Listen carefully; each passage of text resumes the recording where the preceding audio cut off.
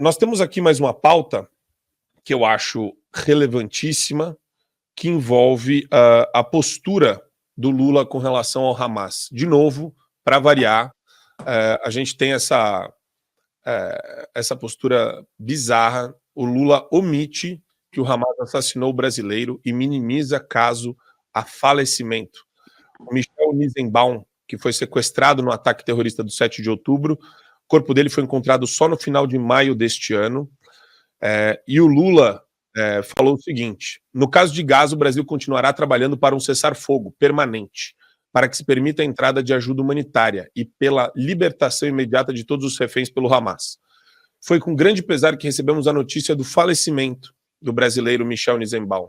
A violação cotidiana do direito humanitário é chocante e tem vitimado milhares de civis inocentes. E, Karina, é um negócio tão estapafúrdio, mas, de novo, né, eu tenho um problema com isso porque tem muita gente que sabe e já sabia desses laços, né? A gente tem falado muito sobre, durante a campanha do Lula, da galera do PT, né, laço com grupo terrorista, com facção terrorista na América Latina, ao redor do mundo inteiro, e tudo isso foi cerceado pelo TSE.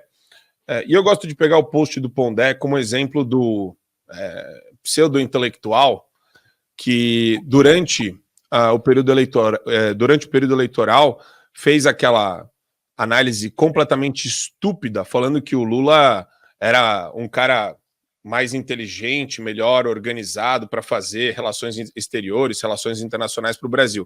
E ele põe isso agora, ó. Ó o post do Pondé. Lula, o antissemita número 1, chama de falecimento o assassinato de um brasileiro pelo Hamas. E por quê? Porque o Hamas é parceiro ideológico e espiritual do PT.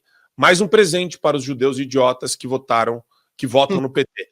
Só que daí, a cara de pau é tanta, porque ele estava chamando Bolsonaro de boçal durante o período eleitoral.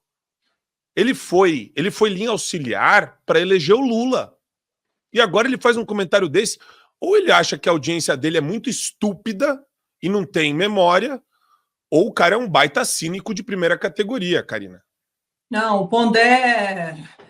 Olha, todos esses intelectuais, né, pseudos intelectuais, deram um tiro no pé, em todos os sentidos. No sentido, durante a campanha eleitoral, que foi algo vergonhoso o que eles fizeram, vergonhoso. Porque estava ruim, né? Bolsonaro estava ruim, imagina, não falava coisas que agradavam a esse establishment, né? Estava ainda contra a corrente, tinha uma linguagem muito popular e para eles, os pseudo-intelectuais, aí os pseudos, ficavam incomodados com essa abordagem do Bolsonaro, quando, na verdade, ele foi a pessoa mais transparente que o Brasil já teve. Tudo o que aconteceu, ele falou. Se tem uma coisa que ninguém pode acusar Bolsonaro é de omitir informações. Ele deu até demais. Ele deu muitas informações, ele realmente governou para o povo, disse o que realmente estava acontecendo. Obviamente, quando você senta naquela cadeira de presidente, você não pode fazer tudo o que você quer. A gente sabe. E o Bolsonaro não pôde fazer tudo o que ele quis, já desde o início, porque o próprio Supremo Tribunal removeu os poderes do Jair Bolsonaro durante a pandemia e pegando o poder para si, né? Virou aí uma juristocracia, já na era Bolsonaro. Então, qualquer pessoa que queira incriminar Bolsonaro, dizer alguma coisa de Bolsonaro, não sabe corretamente a história. A história está aí, está escrita, basta ir lá e ver realmente, de fato, o que aconteceu durante esse período. Agora, do mesmo jeito aconteceu também com Lula, que sabíamos desde o início que tipo de pessoa era o Lula, de fato. Só que essas pessoas, Marco, Adriles e Paulo, eles não podem alegar ignorância, de jeito nenhum, porque isso é má fé, isso de verdade é má fé. Ou por dizer, fomos enganados. Fomos enganados pelo quê? Era claro que o Lula ia fazer. Ainda tem pessoas que acham que o Lula é um grande estadista. Estadista do quê? O Lula está completamente alinhado a esse bloco completamente autoritário e totalitário, que é o BRICS, que estão se unindo para se levantar, para derrubar com a economia, com o império americano, né? Que é a outra loucura também. Mas o que eles querem fazer? A gente sabe muito bem que o Hamas, em vários momentos, né, quando o PT ganha as eleições, eles fazem um comunicado, né, falando ali para o Lula, felicitando o Lula pelo seu mandato. Depois, fora isso, acontece uma série de elogios muito diretos ao Lula, ao regime Lula, da parte do Hamas.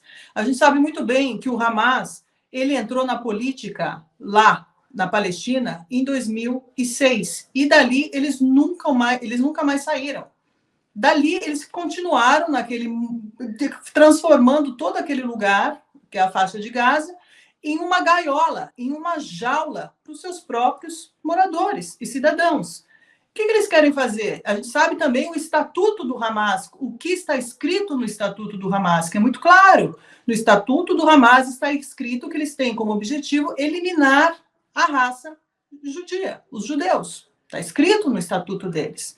Então, tudo isso, é claro, está ali as informações, só que isso são ligações ideológicas que vêm sendo construídas, porque o que eles querem é o poder global. O poder global do quê? De transformar esses países, inclusive o Brasil também, em um regime comuno global socialista. É um comunismo socialismo globalista, juntos, que remove completamente todos os direitos constitucionais do cidadão, porque não tem mais Constituição, daqui a pouco vai ter a Sharia, que é a Sharia que nós estamos vendo dentro da Suprema Corte aí no Brasil, porque a Constituição foi completamente abolida.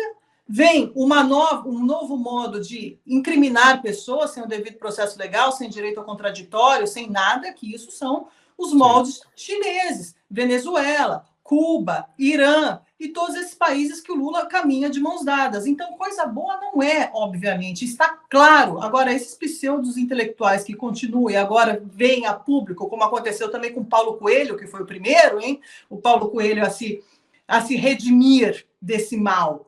Só que não tem, eles empurraram toda a sociedade para o precipício e agora estamos aqui ao ponto de um suicídio coletivo. Isso é inadmissível, isso é imperdoável.